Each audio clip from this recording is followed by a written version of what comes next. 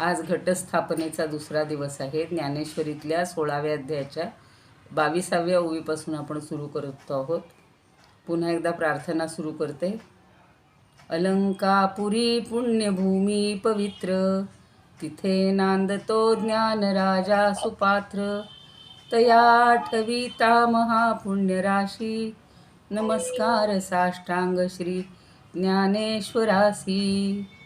माता यस्य तपस्विनी च जनको, वैराग्यरागान्वित भ्रातारो गुरुणा निवृत्तिसहिता निर्वृत्तिका संस्थिताः. इत्थं साधु कृपान्वितं स्वयमहो ज्ञानामृतेनावृतं. वन्दे तं करुणाकरं प्रभुवरं श्री संत ज्ञानेश्वरं. श्री संत ज्ञानेश्वरम. आता घटस्थापना चालू आहे, झालेली आहे आणि नवरात्रीचा दुसरा दिवस आहे. सकाळी श्री सूक्त म्हटले. आत्ता एकदा माझ्या बरोबर आपापल्या ठिकाणीच म्हणा, फक्त आज अनम्यूट करणार नाहीत दादा.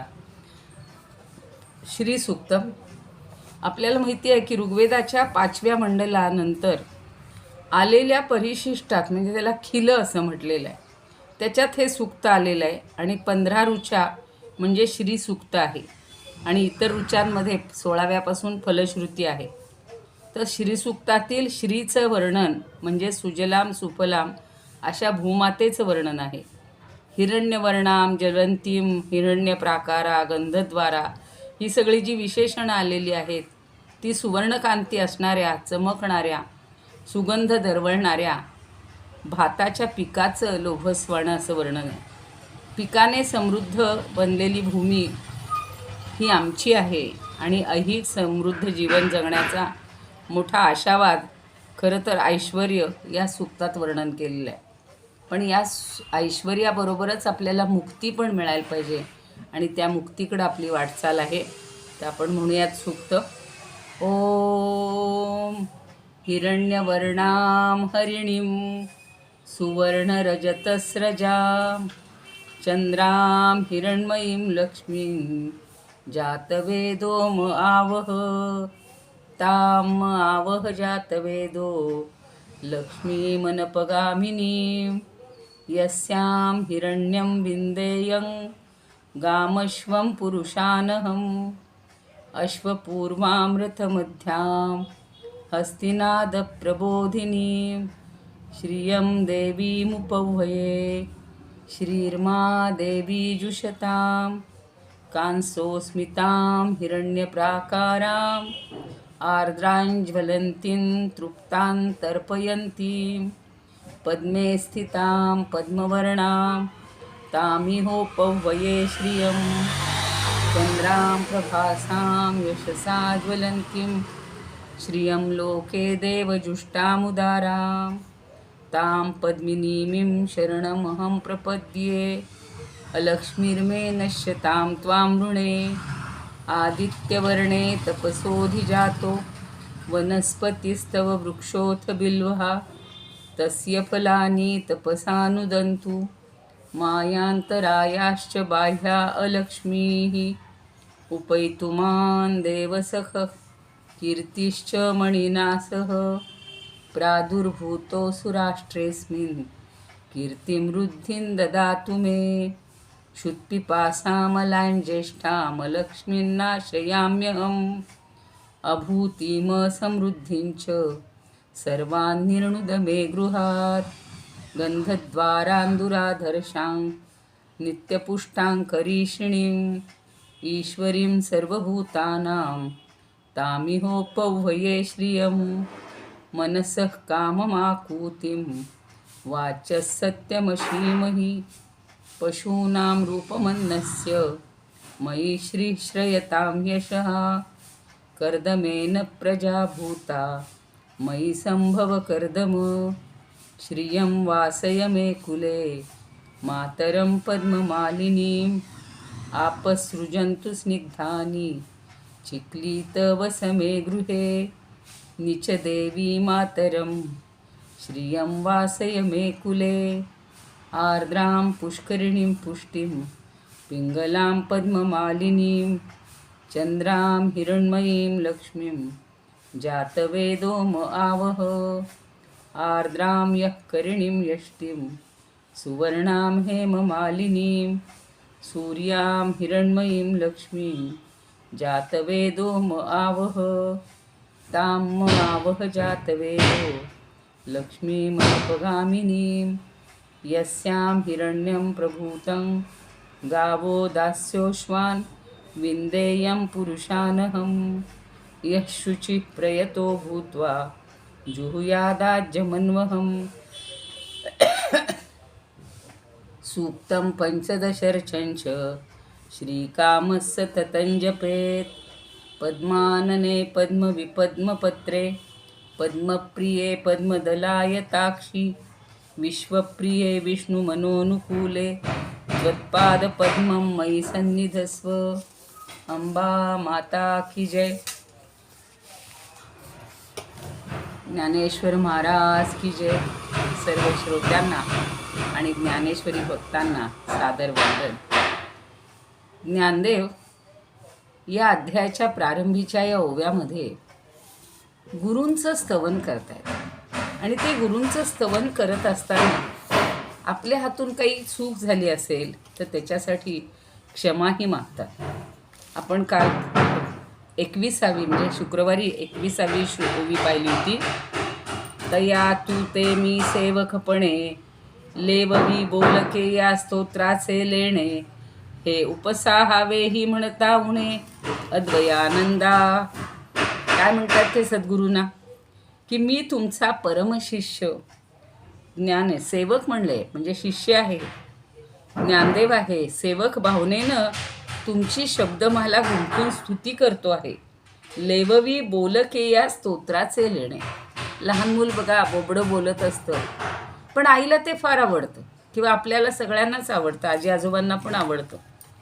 म्हणून ते म्हणतायत की सेवक भावनेनं तुमची शब्दमाला गुंफून मी तुमची स्तुती करतो आहे आणि ही शब्दस्तोत्रांची लेणी तुम्हाला अर्पण करतो. लहान मुलांचे बोबडे बोल हे अलंकारासारखेच असतात आणि म्हणतायत पुन्हा की माझं केवढं धारिष्ट आहे. उपसाहवे ही म्हणता उणे अद्वयानंदा. तर हे माझं मोठं धारिष्ट्य आहे आणि माझे अपराध उपसाहावे म्हणजे सहन करावेत. माझे अपराध तुम्ही पोटात घालावे असं मी तुम्हाला धजावतो. आणि अद्वयानंदा अद्वैताचा आनंद जो तुम्ही प्रत्यक्ष भोगता त्याला कदाचित म्हणता उणे, त्याला कदाचित उणे पण आहे. खरं म्हणजे अद्वयानंदाच्या पुढे हे असलं सगळं काही व्यर्थ आहे.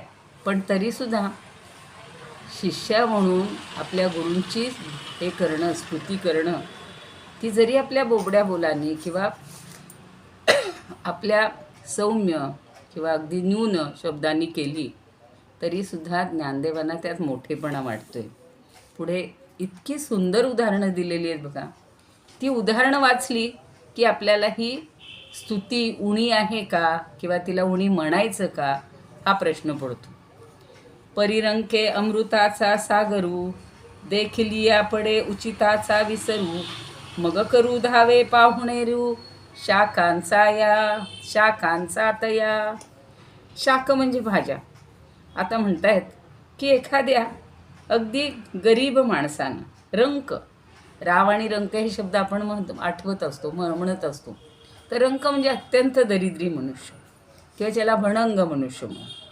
त्यानं काय करावं. अमृताचा सागर, अमृतानं गच्च भरलेला समुद्र पाहिला. देखिलिया पडे उचिताचा विसरू. मग तो पाहिल्यावर त्याला इतका आनंद होतो की सगळं उचित म्हणजे योग्य काय अयोग्य काय याचा त्याला विसर पडतो, विस्मृती होते. आता अमृताचा सागर आल्यावर दुसरं काय पाहिजे हो आपल्याला. पण त्यांनी पुढं छान म्हणलेलं आहे, मग करू धावे पाहुणेरू. आपल्या दारामध्ये अचानक जर अमृताचा समुद्र असा उफाळला तर त्याचं स्वागत करायचं. पाहुणेरू म्हणजे पाहुणचार करायचे. आणि मग तो पाहुणचार करावा म्हणून तो काय करतो हो. शाकांचा तया. त्या अमृताच्या सागराला शाकांचा म्हणजे पालेभाज्यांचा हा पाहुणचार करावा म्हणून तो धावधाव करतो. आता एखादा मनुष्य जर सगळी पंचपक्वान्न आपल्यासमोर घेऊन आला आणि त्याला थांबा थांबा आमच्या घरातली चटणी भाकरी वाढतो, पिठलं भाकरी वाढतो किंवा ती धडपड करतो, हे सामान आण ते सामान आण, काही आवश्यकता आहे का हो? तसं दारात समुद्र आलेला आहे, तोही अमृताचा आहे. आणि हा दरिद्री मनुष्य मात्र भाजीपाला गोळा करण्याची धडपड करतोय. आणि त्याचा पाहुणेर म्हणजे पाहुणचार, तो पाहुणेर हा शब्द बघा छान एका काव्यामध्ये गेलेला आहे, आत्ता आठवत नाही, सांगेन मी. तर अशी माणसाची अवस्था आहे. तसं आता हा सद्गुरू सर्वच विद्यासंपन्न, ज्ञानसंपन्न, ब्रह्मज्ञानी, आणि त्याचं हे कौतुक आपल्या सोप्या भाषेत करणं म्हणजे एक प्रकारे या अडाणी माणसासारखंच आहे असं ज्ञानदेवांना वाटतं. फार छान आहे ही उपमा, मला फार आवडली. बरं, पुढं काय? ते तर शाकू ही कीर बहुत म्हणावा, तया हर्ष वेगूची तो घ्यावा, उजळोनी दिव्य तेजा हातीवा, ते भक्तीची पाहावी. आता पुढं काय म्हणतात की हा दरिद्री मनुष्य, आत्ता जसं म्हटलं तसं खरं म्हणजे त्या दरिद्र्याची किंवा भणंगाची पालेभाजी महत्त्वाची असते, त्याच्यातला भाव महत्त्वाचा असतो, त्याच्या अंतःकरणातली पाहुणचाराची तीव्र भावना महत्त्वाची असते. ते शाकूही कीर बहुत म्हणावा. कारण का बहुत म्हणावा? का तो जास्त पाहुणचार श्रेष्ठ का मानायचा? तर तो काय करतो? तयाचा हर्ष वेगूची तो घ्यावा. आनंदावेग, त्याचा अत्यानंद जो आहे, त्याचा जो आवेग जो आहे तो लक्षात घ्यायचा, तो आनंद महत्त्वाचा आहे. उजळोनी दिव्यतेच्या हातीवा, ते भक्तीने पाहावी. मग त्याच्यासाठी दुसरं एक उदाहरण दिलं की उजळवणी म्हणजे पेटवणे किंवा लावणे, दिव्यतेजा, दिव्यतेज कोणाचं आहे हो? सूर्याचं. तर तेजपुंज अशा सूर्याला भक्तीची पाहावी. एखादी काडवात लावावी किंवा साधी वातेनं ओवाळून त्याची भक्ती आपण लक्षात घ्यावी. तर सूर्याला आपण रथसप्तमी दिवशी ओवाळतो किंवा रोजही अर्घ्य देतात लोक. रोज गायत्री मंत्र म्हणतात, ओम भूर्भुवस्वः तत्सवितुर्वरेण्यं भर्गो देवस्य धीमहि धियो यो नः प्रचोदयात. देव, त्या सूर्याची आपण कोण स्तुती करणार?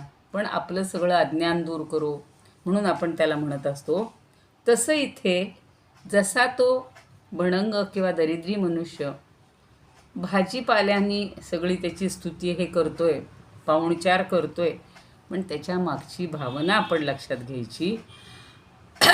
एखाद्यानं सूर्याला काडवातीनं ओवाळायचं, त्याची त्या भक्ताची भक्ती आपण लक्षात घ्यायची. म्हणजे लोक म्हणतील काय वेडा आहे का रे, एवढा मोठा सूर्य चमकतोय, तळपतोय, आणि तुझ्या एवढ्याशा वातीनं काय त्याला होणार आहे? पण ती सुद्धा त्याच्या मागची भावना, भक्ती महत्त्वाची असते, हे लक्षात ठेवायचं. पुढे ते भक्तीची पहावी, बाळा उचित जाणणे होये, तरी बाळपणची के आहे, परिसाचची येरी माये म्हणून नितोषे.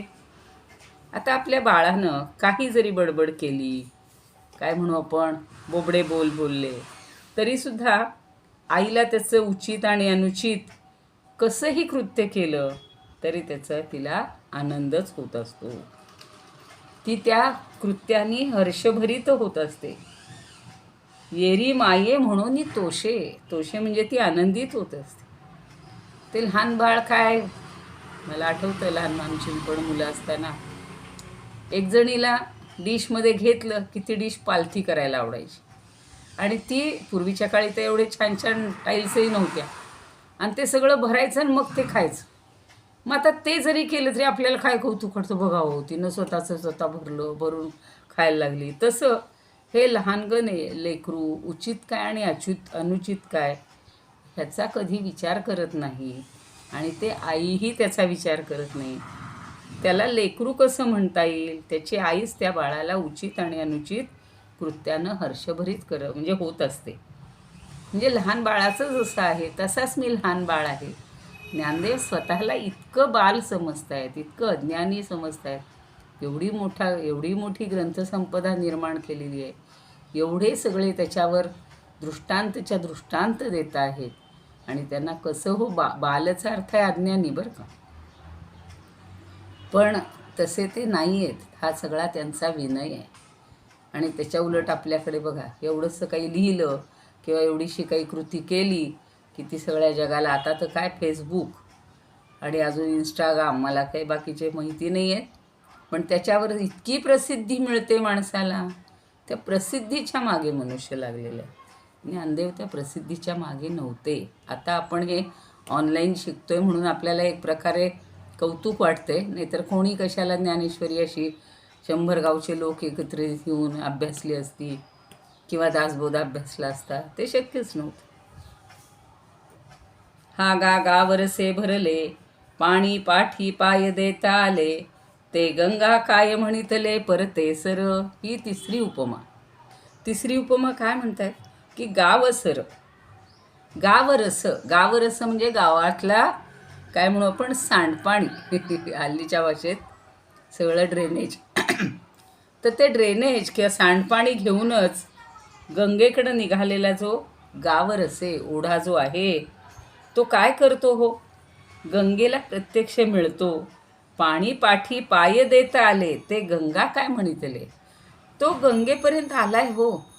सांडपाणी घेऊन हा ओढा गंगेकडे निघालेला आहे आणि तो गंगेला प्रत्यक्ष मिळतो.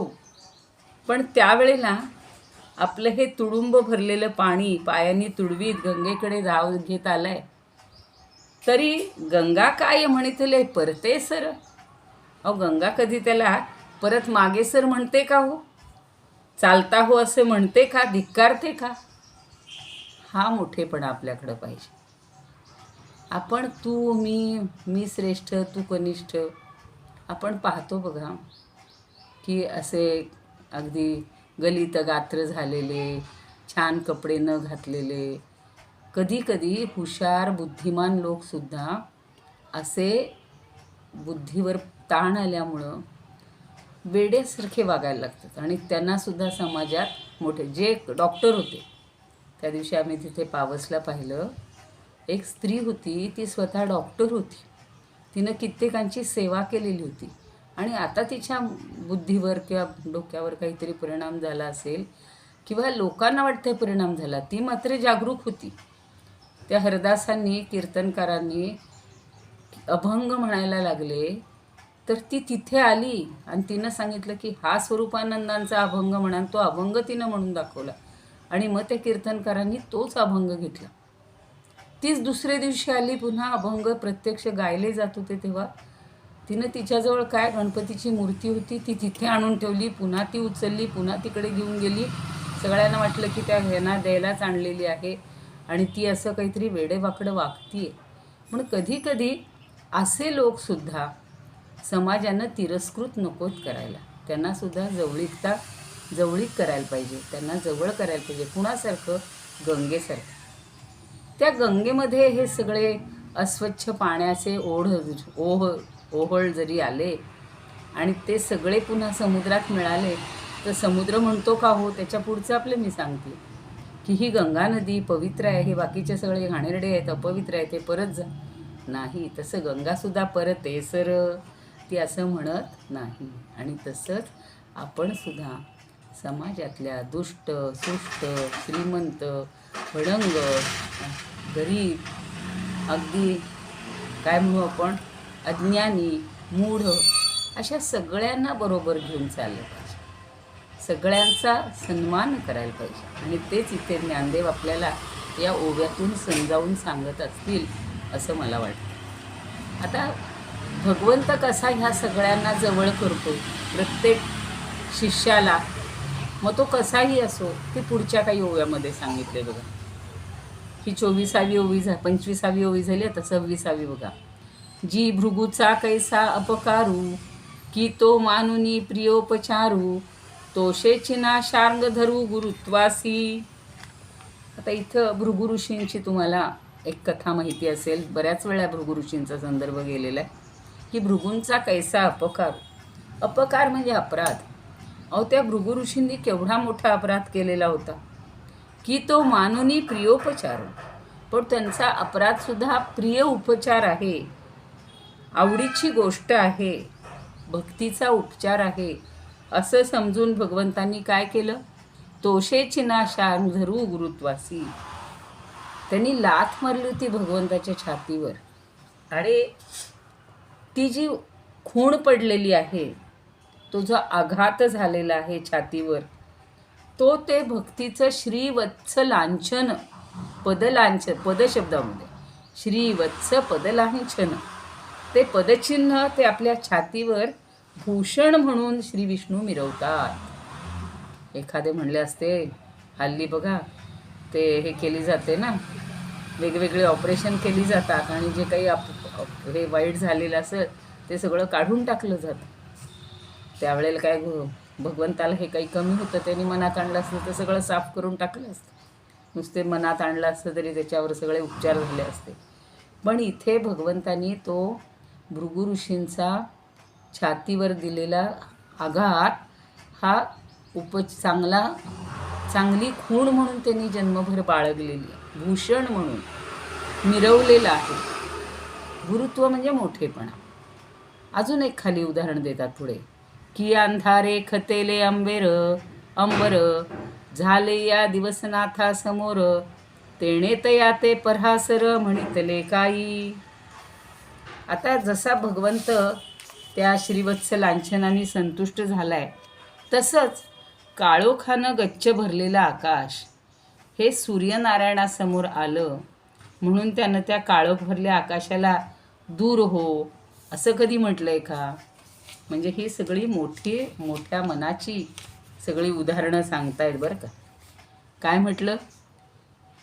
की अंधारे खतेले अंबर, अंधारांनी खचून गेलेलं आकाश, दिवसनाथासमोर. किती सुंदर हे देतात तो नाव भगवंताला, सूर्याला. तर दिवसनाथ म्हणजे सूर्य, तर त्याच्यासमोर जर ते अंधारे आकाश आलं, तेणे तया ते परासर म्हणितेले काही म्हणजे म्हणलं का? त्यानं त्या अंधारे आकाशाला जा निघून असं म्हणलंय का? त्याला सुद्धा ते सामावून घेत असतं, कधी दूर हो त्याला म्हटलेलं नाही. तेवी भेदबुद्धीची ये तुळे, घालूनी सूर्यश्लेषाचे कांटाळे, तुकिलासी ते एकी वेळे उपसाही जेजी. तुकिलासी म्हणजे त्याची तुलना करतो. तसं म्हणतायत की भेदाभेद जाणीवेच्या तराजूमध्ये एका पारड्यात सूर्यादिकांची उपमारूप वजनं टाकून, सद्गुरू राया तुमची मी तुलना केली, तो माझा अक्षम्य अपराध, तुम्ही पोटात घाला अशी मी आपल्याला विनंती करत आहे. उपसाहिजो म्हणजे सहन करा. म्हणजे ही भेदाभेदाची जी बुद्धी आहे, तुळे म्हणजे तराजू, तर त्याच्यामध्ये सूर्यश्लेषाचे कांटाळे, या सूर्यादिकांची उपमा. श्लेष म्हणजे उपमा, खरं श्लेष हा अलंकार वेगळा आहे. तुम्हाला सगळ्यांना आठवत असेल, लहानपणी 7वीला आम्ही हे अलंकार शिकलो होतो. तर उपमा म्हणजे काय? सारखं, सम, सारखं, इव असे संस्कृतमध्ये शब्द असतात. आणि श्लेष म्हणजे तीच वस्तू. आता इथे कदाचित जरी उपमा शब्द वापरला असेल, म्हणत असतील, तरी तो श्लेष वेगळा आहे बरं का. सहज मी 2 मधला फरक सांगते. सीतेचे मुख चंद्रासारखे आहे, हा झाला उपमा अलंकार. आणि उत्प्रेक्षामध्ये सीतेचे मुख जणू काही चंद्र आहे, जणू अमेघ भासे वाटे असं तिथे म्हणायचे. आणि श्लेष म्हणजे सीतेचे मुख म्हणजे चंद्रच, हा श्लेष आहे. तिथे हे नाही आहे, नाही तो खरं रूपक आहे. आणि श्लेष म्हणजे एखाद्या शब्दावर जास्त कोटी करणं, त्याचे वेगवेगळे अर्थ घेणं, याला श्लेष म्हणतात. पण इथं मात्र त्यांनी श्लेषाचा अर्थ उपमा असा घेतलेला आहे. तर ते असं म्हणतायत की घालूनी सूर्यश्लेषाचे कांटाळे, तुकिलासी ते एकी वेळे उपसाईचो. म्हणजे जरी असं तुलना केली, आपल्या एखाद्या तराजूमध्ये घातलं सगळं या सूर्याला, भेदाभेदाच्या जाणीवेच्या तराजूमध्ये एका पारड्यात सूर्योदकांची उपमा घातली, त्याची वजनं टाकली आणि मी तुमची तुलना केली असेल तर माझा हा अपराध क्षम्य करा आणि आपण पोटात घाला अशी मी तुम्हाला विनंती करतो. बघूयाच स्वरूपानंदांच्या.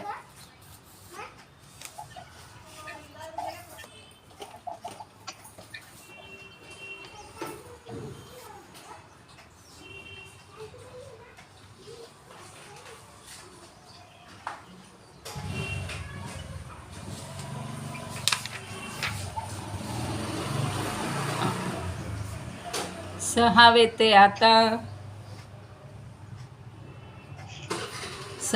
ते आता ऐसे सेवकत्वे जरी विनवावे पूर्ण आनंदा तरी तेही तुझ उणे आणणेच ऐसे वाटे साच मज लागी देखोनी अपार अमृत सागर येऊनिया भर आनंदाचा कैशारीती मग तयाचे उचित करावे स्वागत नेणोनी हे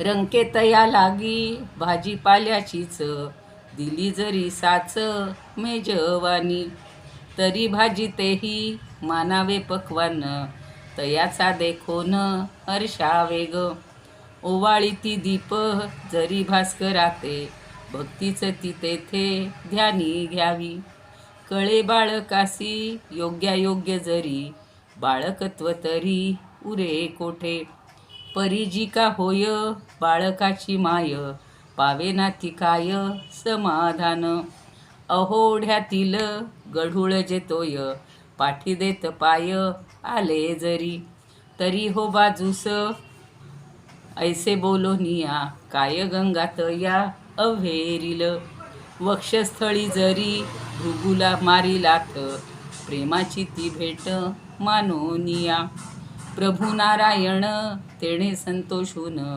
मिरवी भूषण तयाचेची अंधारे गगन भरून जे गेले भेटायते आले सूर्या लागी तरी अव्हेरुनी तया होर होय दोर ऐसे तो भास्कर बोले काय भेदबुद्धीची या तराजूत तुम्हा सूर्याची उपमा देवोनिया तोलिले ते तैसे करावे सहन कृपाळू होऊन गुरुराया. हे सगळं तुम्ही माझं सहन करा. केवढी गुरुरायांबद्दल केवढी म्हणजे आदर ज्याला म्हणतात प्रेम श्रद्धा. नाही तर हल्लीची मुलं बघा तिकडून सर किंवा मॅडम येत असतील तर इकडून निघून जातील. किंवा मी पाहिलेलं आहे हल्लीचे इतके वाईट बोलत असतात शिक्षकांबद्दल. आता तो गुरु हा सद्गुरू हा वेगळा आहे, पण तरीसुद्धा आपल्या गुरूंबद्दल नेहमी आदराचंच त्यांच्याबद्दल मनात स्थान पाहिजे. हे अगदी आपण लक्षात ठेवलं पाहिजे. आता बघा पुढचे 1-2 ओव्या होतील. जी ही ध्यानाचा डोळा पाहिलासी वेदादी वाचा वानिलासी जे उपसाहिले तयांसी ते आम्हाही करी. तर काय म्हणतायत की हे सद्गुरू राया ध्यानाचा डोळा पाहिले असी म्हणजे काय की ध्यानरूपी दृष्टीनं तुमचं दर्शन घेतलेलं आहे ज्यांनी कुणी वेदादी वाचा वानिलासी. अहो वेदांच्या वाणीनं तुमचं सुंदर शाश्वत असं शब्दात वर्णन केलं. वानिलासी म्हणजे वर्णन केलेलं आहे. जे उपसाहिले तयांसी ते सुद्धा तुम्ही सहन केलंत ना. ते आम्हाही करी तसंच सहन आम्हालाही करा. आमच्या हातून जरी चुकीचे शब्द बोलले जात असतील, चुकीच्या उपमा दिल्या जात असतील, वेडंवाकडं काहीतरी बोललं असेल, पण तरीसुद्धा वेदांना जर तुम्ही सहन करता आहात. वेदांनी नेती वेदाला काही बोलताच आलेलं नाही आहे, परमात्म्याचं वर्णनच करू शकले नाहीत वेद, तरीसुद्धा तुम्ही त्यांना सहन केलं. मग आम्हाला का बरं नाही करणार? आम्हाला सुद्धा करणार. परी मी आजी तुझ्या गुणी लाचावलो अपराधून गणी भलते करी परी अर्धधणी नुठी कदा. मग आता ते म्हणतायत की तसंच मी आज तुमचं गुणवर्णन करण्यासाठी उद्युक्त झालो आहे. लाचावलो म्हणजे काय? अत्यंत उत्सुक झालो आहे, उद्युक्त झालो आहे. आणि जे मी आता करतो आहे भलते करी परी अर्धधणी पण त्याचा तुम्ही अपराध समजू नका. नुठी कदा कधी तुम्ही मला अपराध समजू नका, मला क्षमा करा. म्हणजे जरी माझ्या हातून चूक झाली असेल, बोलताना काहीतरी अपशब्द आला असेल, कमी झाला असेल, तरीसुद्धा तुम्ही मला माफ करावं, अशी विनवणी भगवंत म्हणजे ज्ञानदेव आपल्या गुरूंना करतायत, अर्थात सद्गुरुनाथ निवृत्तीनाथांना करतायत. आता पुन्हा ते मूळ पदावर यायचेच. 16वा अध्याय अजून सुरू व्हायचे.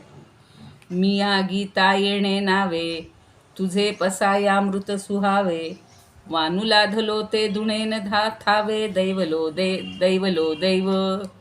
आता ते काय म्हणतात की मला तुम्ही आज्ञा केलेली आहे कशासाठी? गीतेवर भाष्य करण्यासाठी. मिया गीता येणे नावे, आणि म्हणून पसायामृत सुहावे. पसाय आपल्याला पसायदान जे शेवटी आहे ना, त्याचा इथे थोडासा उल्लेख आलाय की प्रसादामृत म्हणून मी वर्णन करायला लागले. पसाय म्हणजे प्रसाद आणि अमृत म्हणजे अमृत. सुहावे म्हणजे वर्णन करावे. वानू लाधलो त्याची स्तुती करायला लागलो. ते दुणेन थावे, तर माझं दैव दुःखीनं बळावले. कारण का? दैवलो दैव, कारण भगवंतांनी ही गीता आणि तुझी कृपा या दोन्ही गोष्टी या दुप्पट मला मिळालेल्या आहेत, दैवानी मिळालेल्या आहेत. त्यामुळं माझं दैव दुपटीनं बळावलं आणि गीता ही मला सेवन करायला मिळालेली आहे.